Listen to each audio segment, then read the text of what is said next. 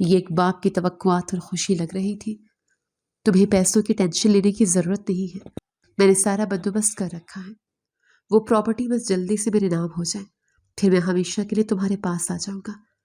اس نے آواز مزید دھیمی کرتے ہوئے کہا۔ میں الٹے قدموں اپنے کمرے میں واپس آ گئی۔ میرا پورا جسم کانپ رہا تھا، میرے دماغ میں ہزاروں سوال گونجنے لگے تھے۔ آپ کے بارے میں میرا تجسس بڑھنے لگا تھا۔ میں نے رات بھر جاگ کر ان تمام سالوں کے واقعات کو جوڑنے کی کوشش کی۔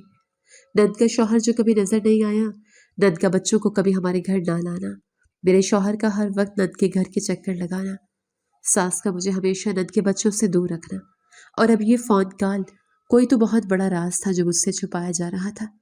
ایسے ہی کئی مہینے مزید گزر گئے۔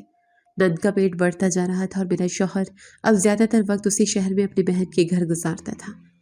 میں نے بہت کوشش کی کہ نند کے بچوں کو کسی طرح دیکھ سکوں، لیکن ہر بار ساس مجھے کوئی نہ کوئی کام بتا کر گھر میں قید کر دیتی یا پھر وہ خود جا کر مل لاتی۔ ایک شک سا دل میں پیدا ہونے لگا تھا۔ مجھے راتوں کو نیند آنا بند ہو گئی تھی۔ پتہ نہیں یہ کیوں ایسا کرتے ہیں، کیا واقعی میری نحوست سے ڈرتے ہیں یا پھر کہانی کچھ اور ہے۔ میں نے اس بار فیصلہ کر لیا تھا کہ جب نند کے بچے کی پیدائش کا وقت آئے گا تو میں ہر صورت وہ سب دیکھوں گی جو مجھ سے چھپایا جا رہا ہے۔ میں مزید اس اندھیرے میں نہیں رہ سکتی تھی۔ مجھے اپنے ابا کی دی ہوئی دولت اور اپنی برباد ہوتی زندگی کا حساب چاہیے تھا۔ میں ایک موقع کی تلاش میں رہنے لگی تھی اور پھر قدرت نے مجھے وہ موقع خود فراہم کر دیا۔ میری نظریں اب ساس اور شوہر کی ہر حرکت پر جمی ہوئی تھی۔ میں جان چکی تھی کہ یہ خاموشی کسی بہت بڑے طوفان کا پیش خیمہ ہے۔ ایک دوپہر گھر میں مکمل خاموشی چھائی ہوئی تھی۔ ساس کسی کام سے پڑوس میں گئی ہوئی تھی اور ان کا موبائل فون لاؤنج میں میز پر چارجنگ پر لگا تھا۔ اچانک موبائل کی گھنٹی بجنے لگی۔ میں کچن کا کام چھوڑ کر باہر آئی۔ اسکرین پر میری نند کا نمبر چکمگا رہا تھا۔ میں نے سوچا کال کاٹ دوں، لیکن پھر نہ جانے دل میں کیا آیا اور میں نے فون اٹھا کر کان سے لگا لیا۔ ہیلو، میں نے دھیمی آواز میں کہا۔ ابا جلدی آئیں، مجھے لگتا ہے وقت قریب آ گیا ہے اور مجھے پینس شروع ہو گئی ہے، مجھ سے برداشت نہیں ہو رہا۔ دوسری طرف سے نند کی درد سے کراہتی ہوئی آواز آئی۔ اس نے مجھے سانس سمجھا تھا۔ میں نے فوراً فون کاٹ دیا۔ اس وقت میرا تجسس حد سے زیادہ بڑھ چکا تھا۔ مجھے ہر صورت وہاں پہنچنا تھا اور اس کھیل کا انجام دیکھنا تھا۔ میں نے جلدی سے ساس کے کمرے کا رخ کیا۔ ان کا پرس الماری میں رکھا تھا۔ میں نے پرس کھول کر اس میں سے کچھ کاغذات نکالے جن پر نند کے گھر کا ایڈریس لکھا تھا۔ میں نے ساس کو بتائے بغیر ان کا برقع پہنا اور تیزی سے گھر سے نکل گئی۔ اس کے گھر تک جانے میں 1.5 گھنٹے کا سفر لگتا تھا۔ راستے بھر میرے دماغ میں ان گنت خیالات طوفان برپا کیے ہوئے تھے۔ میں اس کے گھر پہنچی تو دروازہ کھلا تھا۔ میں دبے قدموں اندر داخل ہوئی۔ گھر میں خاموشی تھی، لیکن ایک کمرے سے آوازیں آ رہی تھی۔ میں دھڑکتے دل کے ساتھ اس کمرے کے دروازے تک پہنچی۔ اندر کا منظر دیکھ کر میرے قدم وہیں جم گئے۔ مجھے معلوم ہوا میرا شوہر بھی میری نند کے گھر پر پہلے ہی موجود ہے۔ میں جیسے ہی نند کے کمرے میں گئی، میرا شوہر اس کے بالکل قریب بیٹھا تھا۔ وہ بچہ اس کی گود میں تھا اور وہ میری نند کی پیشانی پر ہاتھ رکھے اس کے ساتھ انتہائی محبت سے باتیں کر رہا تھا۔ لیکن جیسے ہی میری نظر بچے پر پڑی، میری جان نکل گئی، کیونکہ بچہ سیم ٹو سیم میرے شوہر جیسا تھا۔ تم نے میرے ساتھ یہ بھیانک کھیل کیوں کھیلا؟ میں نے تو اپنا سب کچھ تم پر نچھاور کر دیا تھا اور تم اس عورت کو اپنی بہن بتاتے رہے۔ میری آواز میں درد اور غصہ دونوں شامل تھے۔ میری آواز سن کر دونوں نے چونک کر دروازے کی طرف دیکھا۔ سامنے کھڑا شخص جسے میں اپنا شوہر مانتی تھی، اس کی آنکھوں میں اب کوئی پشیمانی نہیں تھی۔ تمہاری وجہ سے میں نے اس بچے کو چھونے کی حسرت کی جو حقیقت میں تم دونوں کا تھا۔ میرے قدموں تلے زمین کانپ رہی تھی اور میری نند جو کہ اس کی بہن تھی، اس کو میں شوہر کے اتنے قریب دیکھ کر حیران رہ گئی۔ یہ سب کیا ہے؟ بہت دیر سے تم میرے سر پر سوار ہو۔ آج سن لو سچائی، میں 3 بچوں کا باپ بن چکا ہوں۔ میں تمہیں مزید نہیں رکھنا چاہتا۔ میرا شوہر انتہائی ڈھٹائی سے اپنی جگہ سے کھڑا ہوا اور میری آنکھوں میں آنکھیں ڈال کر بولا، تو یہ تمہاری بہن نہیں ہے؟ کیا رشتہ ہے اس کا تم سے؟ میں نے کانپتے ہوئی انگلی سے نند کی طرف اشارہ کیا۔ یہ میری بہن نہیں ہے، یہ میری خالہ کی بیٹی ہے جو میری ماں نے پالی ضرور تھی، لیکن میری سگی بہن نہیں ہے۔ ہم دونوں بچپن سے ایک دوسرے کو پسند کرتے تھے۔ اس نے انتہائی سفاکی سے میری تمام خوش فہمیوں کا گلا گھونٹ دیا۔ تو پھر مجھ سے شادی کیوں کی؟ مجھے کیوں اس جہنم میں دھکیلا؟ میں نے چیختے ہوئے اپنے بال نوچے۔ میں نے صرف تم سے تمہاری جائیداد کی وجہ سے شادی کی تھی، کیونکہ میری ماں یہ چاہتی تھی تمہاری شادی سے 1 مہینے پہلے ہی ہماری شادی ہو چکی تھی۔ اس نے میرے زخموں پر نمک چھڑکتے ہوئے سچ اگل دیا۔ اماں کے کہنے پر اسے میرے بہن بنا کر رکھا تھا تاکہ تمہیں معلوم نہ ہو سکے، اور جب تک تمہاری ساری جائیداد ہماری نہ ہو جائے تمہیں دھوکے میں ہی رکھنا تھا۔ اس کی آواز کمرے میں گونج رہی تھی۔ یہ سب سن کر میرے پیروں کے نیچے کی زمین نکل گئی۔ میں تو اپنے باپ کا سب کچھ بیچ باچ کر اپنے اس شوہر کے حوالے کر دیا تھا جو ایک دن بھی میرا نہ بن سکا۔ میں وہاں سے دیوانہ وار بھاگی اور سیدھا اپنے گھر پہنچی۔ اب تو میرا شوہر اپنے گھر لے آیا تھا۔ میں نے ساس سے اس متعلق پوچھا تو وہ لاؤنج میں انتہائی بے شرمی سے بیٹھی تھی۔ آپ نے مجھے کیوں برباد کیا؟ آپ کے بیٹے نے سب اگل دیا ہے۔ مجھے میری ساری دولت کے لیے استعمال کیا گیا۔ میں نے روتے ہوئے ساس کا گریبان پکڑ لیا۔ ہاں تو شادی کی تھی صرف پیسے کی خاطر۔ اب مجھے تم سے کوئی ہمدردی نہیں ہے۔ ہمارا پورا ارادہ تھا تمہاری دولت ہڑپ کرنے کا، جو ہم نے کر لی۔ ساس نے میرا ہاتھ جھٹکتے ہوئے انتہائی بے شرمی سے جواب دیا۔ میں آپ لوگوں کو ایسے معاف نہیں کروں گی۔ میں آپ کو عدالت تک گھسیٹوں گی۔ میں نے اپنے آنسو صاف کرتے ہوئے اسے وارننگ دی۔ میں نے اسی دن وہ منحوس گھر چھوڑ دیا اور اپنے ایک دور کے رشتہ دار کے گھر پناہ لی۔ اگلے دن میں نے خود سے ایک بہت بڑی اور قابل ڈاکٹر سے مکمل چیک اپ کروایا۔ جب رپورٹس آئیں تو ڈاکٹر کے الفاظ نے مجھے ایک اور گہرا صدمہ دیا۔ ہیرا، آپ کی تمام رپورٹس بالکل نارمل ہیں۔ آپ 100% ماں بننے کی صلاحیت رکھتی ہیں۔ آپ کو کس نے کہا کہ آپ ماں نہیں بن سکتی؟ ڈاکٹر نے رپورٹس دیکھتے ہوئے حیرت سے کہا۔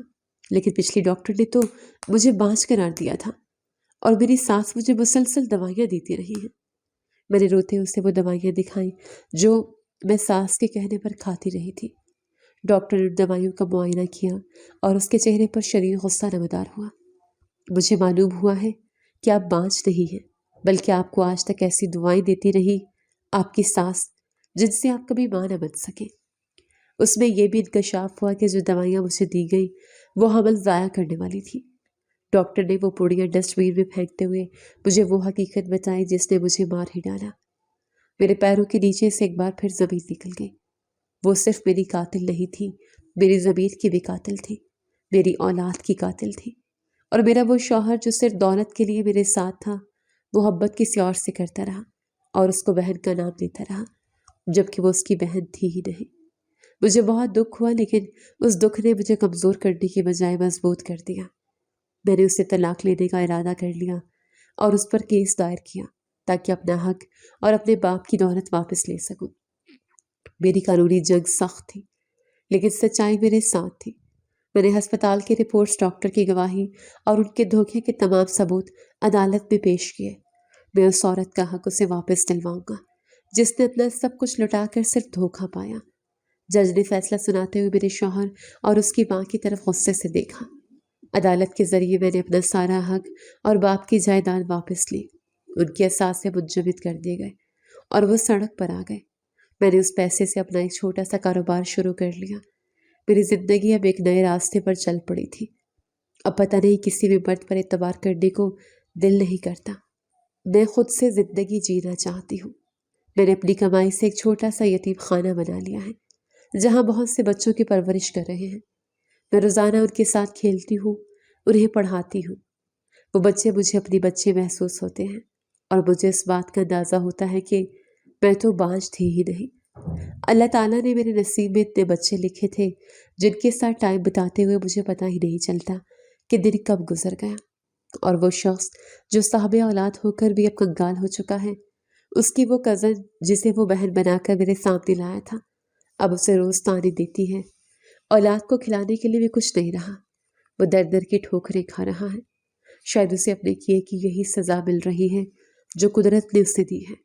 میں نے کبھی ویسے اس کے لیے بد دعا نہیں کی۔ میرا ماننا ہے کہ انسان کے اپنے اعمال ہی اسے انجام تک پہنچاتے ہیں۔